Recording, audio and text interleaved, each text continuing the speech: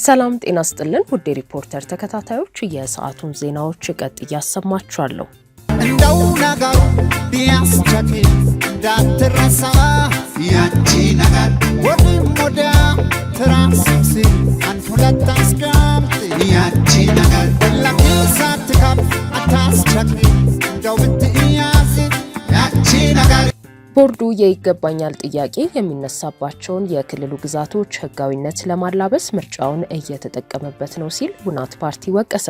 ቦርዱ በበኩሉ ፓርቲው ማብራሪያ እንዲሰጥ ደብዳቤ መጻፉን አሳውቋል።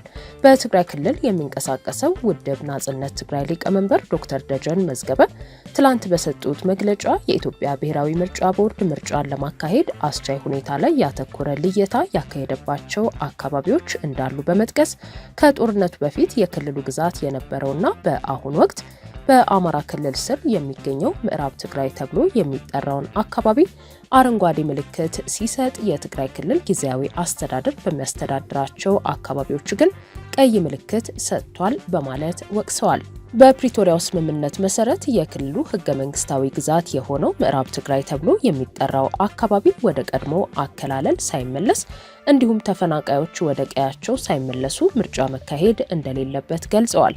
ቀደም ሲል በተገለጸው የይገባኛል ጥያቄ የሚነሳበት አካባቢ ያለው ህገወጥ ሲሉ የጠሩት አስተዳደር መፍረስ ሲገባው በብሔራዊ ምርጫ ቦርድ በኩል ምርጫን ለማካሄድ አስቻይ ሁኔታ እንዳለ የሚገልጸው አረንጓዴ ምልክት መሰጠቱ ተቀባይነት የለውም ነው ያሉት። ይልቁንም ቦርዱ እየተከተለው ያለው አካሄድ አደገኛ ነው ያሉት የፓርቲው ሊቀመንበር ይኸው አካሄድ ህጋዊ ግዛትን በመንጠቅ ህዝብንም በማፈናቀል በምርጫ ስም ህጋዊነትን ለማላበስ እየተንቀሳቀሰ ነው የሚል ስጋት አለን በማለት ተናግረዋል። የፌዴራሉ መንግስትም የፕሪቶሪያውን ስምምነት የማስፈጸም ኃላፊነቱን እንዲወጣ ያሳሰቡት ሊቀመንበሩ በዚህ መሰረት ህገወጥ አስተዳደሮች እንዲፈርሱ፣ ተፈናቃዮች ወደ ቀያቸው እንዲመለሱ እንዲሁም ሁሉን አካታች ጊዜያዊ አስተዳደር እንዲቋቋም በማድረግ ረገድ ሚናውን እንዲወጣ ጥሪ አቅርበዋል። ሁሉን አካታች ጊዜያዊ አስተዳደር ተቋቁሞ በዚያ አማካኝነት ህጋዊ መንግስትን ለመትከል የሚደረግ ምርጫ ካልሆነ በስተቀር የአሁኑ የምርጫ አካሄድ ተቀባይነት የለውም ሲሉ አስምረዋል። ስልቲ አሎ ንኣብነት ከባቢታት መረፃ ምግባር ይከኣልሎምን ኣይከኣልሎምን ዝበሃሉ ከባቢታት ብሰማያዊ ሕብርን ብቀይሕ ሕብርን ፈሊናዮም ኣለና ዝብል ኣባህላታት ብተደጋጋሚ ንሰምዕ ኢና። ጊዜያዊ ምምሕዳር ዝመርሓ ትግራይ ሙሉእ ንሙሉእ ቀይሕ ጌርካ ኣብ ምዕራብ ትግራይ ዘሎ ዘይሕጋዊ ክፈርስ ዝግብኦ ምምሕዳር።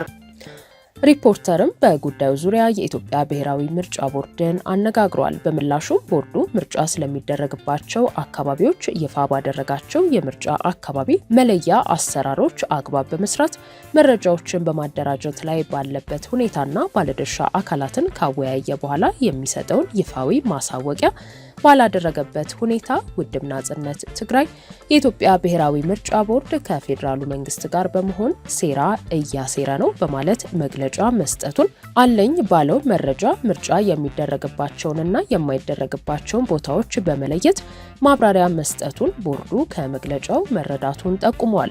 መግለጫው ቦርዱ የማይቀበለው ቦርዱ በህግና በደንቡ መሰረት ተአማኒነቱንና ገለልተኝነቱን ጠብቆ በሰላማዊ ሁኔታ ምርጫን እንዳይካሄድ ስራውን በህግ አግባብ እንዳይሰራም ያልተገባ ተጽዕኖ ለማድረግ ፓርቲዎች ራሳቸውን ለውድድር መራጩ ህዝብም ለመምረጥ እንዳይዘጋጁ ያለመ የማደናገር ተግባር ነው በማለት ኮንኗል። ፓርቲው በጉዳዩ ላይ ማብራሪያ እንዲሰጥ ዛሬ ታህሳስ 8 ቀን 2018 ዓ.ም ደብዳቤ መጻፉንም ገልጿል።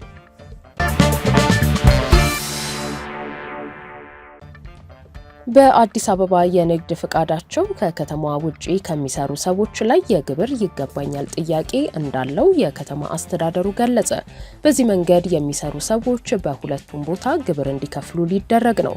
የንግድ ፍቃዳቸውን አዲስ አበባ ከተማ አውጥተው በሌሎች ክልሎች ፋብሪካ ያላቸውና ምርታቸውን አዲስ አበባ አምጥተው የሚሸጡ ግብር ከፋዮች ለከተማ አስተዳደሩና ለክልሎች ግብራቸውን የሚከፍሉበት አሰራር መዘጋጀቱ ተገልጿል። የአዲስ አበባ ከተማ ገቢዎች ቢሮ ማክሰኞ ታህሳስ 7 ቀን 2018 ዓ.ም ለታማኝ ግብር ከፋዮች የተዘጋጀ የቅድሚያ መጠቀሚያ ካርድ በሰጠበት ወቅት በኦሮሚያ ክልል ፋብሪካ አቋቁመው የሚሰሩ አንድ ግብር ከፋይ ባቀረቡት ጥያቄ የንግድ ፍቃዳቸውን አዲስ አበባ አውጥተው በተለያዩ ቦታዎች ማምረቻዎች ያሏቸው ግብር ከፋዮች ከፍተኛ ችግር ውስጥ መግባታቸውን ገልጸዋል። ማምረቻው ኦሮሚያ ክልል የሚገኝ በመሆኑ የክልሉ ገቢዎች ቢሮ ከሐምሌ ጀምሮ ግብር እንዲከፍሉት ያሳወቀ በመሆኑ እስካሁን ድረስ መፍትሄ እንዳላገኙ ተናግረዋል። ከአደረጃጀትና ከህገ መንግስት አኳያ በኦሮሚያ ክልል በኩል የሚነሱ ጥያቄዎች መኖራቸውን፣ ነገር ግን እነዚህን ጉዳዮች የመፍታት ኃላፊነት የግብር ከፋዩ አለመሆኑን ጠቅሰው እንደ ግብር ከፋይ የተጣለብን ኃላፊነት በህጋዊ መንገድ ሰርተን የሚጠበቅብንን ግብር መክፈል ነው ብለዋል። ለቀረበው ጥያቄ ማብራሪያ የሰጡት የአዲስ አበባ ከተማ ገቢዎች ቢሮ ኃላፊ አቶ ቢንያም ምክሩ ህጉ ግብር የሚከፈለው አንድ ነጋዴ ታክስ ባወጣበት ሳይሆን ስራውን ሰርቶ ገቢውን ባገኘበት ቦታ መሆን እንደሚገባው ይደነግጋል ሲሉ ገልጸዋል። ገቢ ተገኘ የሚባለው ምርቱ ከተሸጠበት ጊዜ ጀምሮ እንዳልሆነና የማምረት ሂደቱም የገቢ ምንጭ አካል ነው የሚል መሆኑንም ጠቁመዋል። ከዚህ ቀደም የፋብሪካ ባለቤቶች ለኦሮሚያ ክልል የሚከፍሉት የሰራተኛ ግብር ብቻ እንደነበር፣ ይህም ክልሉ ባሟላለት መሰረተ ልማት ያመረተውን ምርት አዲስ አበባ አምጥቶ ስለሸጠ ብቻ ግብሩን ሙሉ በሙሉ የከተማ አስተዳደሩ ሊወስድ ይገባል የሚለው ተገቢ እንዳልሆነ አስረድተዋል። ሆኖም ግብር አከፋፈሉን በተመለከተ ምን ያህል ለኦሮሚያ ክልል ምን ያህሉ ደግሞ ለከተማ አስተዳደሩ መከፈል አለበት የሚለው ውይይትና ጥናት እንደሚያስፈልገው የተናገሩት የገቢዎች ቢሮ ኃላፊው ይህን የመፍታት ኃላፊነት ያለበት የገንዘብ ሚኒስቴር ጥናት ማዘጋጀቱንና የመጀመሪያ ዙር ውይይት መደረጉን ገልጸዋል። ከዚህ ቀደም የአዲስ አበባ ከተማ ገቢዎች ቢሮ ጉዳዩን በሚመለከት ማብራሪያ እንዲሰጠው የገንዘብ ሚኒስቴርን በጠየቀው መሰረት ሚኒስቴሩ የንግድ ፍቃድ ካወጡበት ክልል ውጪ የንግድ ስራ የሚያከናውኑ ነጋዴዎች ግብራቸውን መክፈል ያለባቸው የንግድ ስራቸውን በሚያከናውኑበት ቦታ መሆኑን መግለጹ ይታወሳል። ህገ መንግስቱን በማጣቀስ ማብራሪያ የሰጠው ሚኒስቴሩ ታክስ የመጣልና የመሰብሰብ ስልጣን የተሰጠው የንግድ ስራው ለሚከናወንበት ክልል እንጂ የንግድ ስራ ፍቃድ ለወጣበት ክልል እንዳልሆነ አስፍሮ ነበር። ቢሮ ባዘጋጀው የውይይት መድረክ የኤሌክትሮኒክ ዕቃዎች አስመጪ ከሆኑ ግብር ከፋይ የቀረበው ሌላው ጥያቄ ቢሮ ከጉምሩክ ኮሚሽን ጋር በጋራ አለመስራቱ ገቢ እያሳጣ ነው የሚል ነው። ጉምሩክ የሚያውቀው አምራቾችን እንጂ አከፋፋዮችን አይደለም የሚሉት ግብር ከፋዩ የሚፈጠሩ ችግሮች መንስኤ ኮሚሽኑ እንዲሆን አድርጎታል ብለዋል። አስመጪዎች ዕቃዎችን ወደ ሀገር ውስጥ ሲያስገቡ የሚወጣላቸው ዋጋ የአምራቾችን ዋጋ መሰረት ያደረገ መሆኑን፣ ነገር ግን እነሱ የሚገዙት ከአከፋፋዮች በመሆኑ ከፍተኛ የዋጋ ልዩነት እንዲፈጠር ምክንያት መሆኑን ገልጸዋል። የሲኖትራክ ተሽከርካሪ መለዋወጫ አስመጪ ግብር ከፋይ በበኩላቸው ዕቃዎቹ ወደ ሀገር ውስጥ ሲገቡ በጉምሩክ ኮሚሽን ዋጋ እንደሚወጣላቸውና አስመጪዎቹም ወጪያቸውን በማሰብ እንደሚሸጡ አስረድተው የገበያ ጥናት ተብሎ የዕቃዎቹ ዋጋ ሲወጣ ግን ትክክለኛ ዋጋ እንደማይወጣ አስረድተዋል።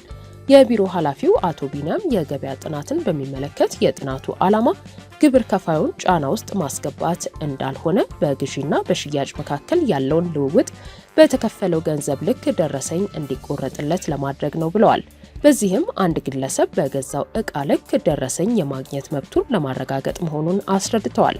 ሁሉም ግብር ከፋይ ታማኝ ሆኖ በሸጠው ዕቃ ልክ ደረሰኝ የመቁረጥ ባህሉ እስኪዳብር ድረስ የገበያ ጥናት አይቀርም ያሉት ኃላፊው አሁን የሚታዩ ክፍተቶችን ለመፍታት ግን ዕቃዎች ወደ ሀገር ሲገቡ ጉምሩክ ኮሚሽን የሚያወጣውን ዋጋ መሰረት ያደረገ ጥናት ቢካሄድ መፍትሄ ይሆናል የሚለውን ሀሳብ መወሰዱን ገልጸዋል። በኤርትራ መንግስት የሚዘወረውን የክልሉን ስርዓት ለመታገል በሚደረገው ትግል የትግራይ ኃይሎች እንዲሳተፉ ሲል ስምረት ፓርቲ ጥሪ አቀረበ። በቀድሞ የትግራይ ክልል ጊዜያዊ አስተዳደር ፕሬዝዳንትና የአሁኑ የጠቅላይ ሚኒስትሩ የምስራቅ አፍሪካ ጉዳዮች ልዩ አማካሪ ሚኒስትር አቶ ጌታቸው ረዳ የሚመራው ስምረት ፓርቲ ዛሬ ባወጣው መግለጫ በክልሉ ኋላ ቀር ሲል የጠራውን ቡድን ለማስወገድ ሁሉም ለውጥ ፈላጊ ኃይሎች ተሳታፊ እንዲሆኑ ጠይቋል። በተለይም ብዙ መስዋዕትነቶችን የከፈለው የትግራይ ኃይል በኤርትራ መንግስት ይዘወራል በማለት የከሰሰውን ኋላ ቀር ሲል የጠራው ኃይል በመታገል ረገድ የትግሉ አካል በመሆን የበኩሉን እንዲወጣ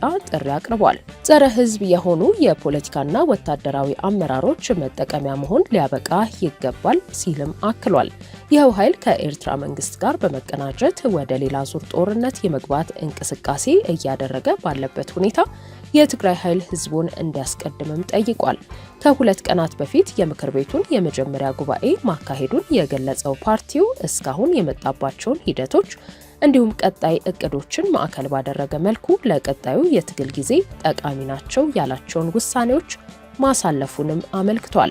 እኔ የሌለሁበት ምርጫ አይካሄድም ያለው አካል ማብቂያው እየተቃረበ ነው ያለው ፓርቲው ይኸው ኃይል ህዝቡን ወደ ጥፋት መንገድ እንዳይወስድ ለውጥ እንዲሁም የህዝቡን ህልውና ማረጋገጥ የሚፈልግ አካል በሙሉ በተናበበ መልኩ በጋራ እንዲሰራ ሲል ጥሪ አቅርቧል። ውድ የሪፖርተር ተከታታዮች የሰዓቱ ዜናዎቻችን እነዚህ ነበሩ። ስላደመጣችሁን ከልብ እናመሰግናለን።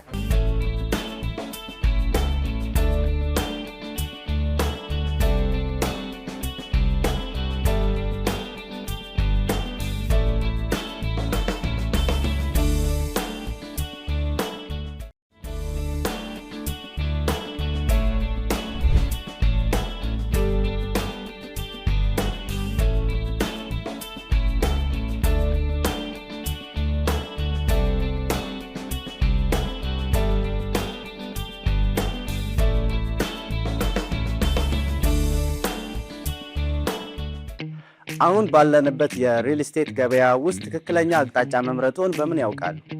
የእያንዳንዱ ሰው ፍላጎትና ህልም ይለያያል። አንዳንድ ሰው ጥሩ መኖሪያን ይፈልጋል፣ ሌላው ደግሞ ጥሩ ዋጋን ይፈልጋል። አንዳንዶች ደግሞ ለንግድ ምቹ የሆነ አካባቢ ይፈልጋል። ይህን ሁላ በአንድ ላይ የያዘ አቅጣጫ አልጠቅሙ። ኮምፓስ ፕሮፐርቲስ በኢትዮጵያ የግንባታ ዘርፍ የረጅም ዓመት ልምድ ስላለው የህልም ቤቱን እውን ለማድረግ ቀላል ያደርጋል። ኮምፓስ ፕሮፐርቲስ ጋር ሲመጡ ግልጽ በሆነ መረጃ እና በአስተማማኝ አቅርቦት ወደ ህልሞ እንመራውታለን። እያንዳንዱ ፍላጎቶን በሚያሟሉ ምቹ በሆኑ በመዲናችን አካባቢዎች በቦሌ አትላስ፣ በካሳንችስ፣ በሳሪስ፣ በቄራ እና በመስቀል ፍላወር አማራጮችን አቅርበንልዎታል። ለበለጠ መረጃ ይደውሉልን። ወልዶ ተስፋውን ሰንቆ ሩቁም ማየት የቻለ በሐቁ ጥሮ ያደረ ከሁሉ በላይ ከበረ ከከፍታው ታየ ከገዘፈው ኑሮ አሃዱ ብሎ ሁሉን እያመነ አሃዱ ለኔ ወጠነ የድካሙን ዋጋ አሃዱ በክብር ዘገነ እኛ ሳይደረድር አሃዱ ከትንሽ ጀምሮ ከከፍታው ታየ። ስኬት ሁሉ አሃዱ ብለን ከጀመርንበት ይነሳል። አሃዱ ባንክ ከብዙዎች ለብዙዎች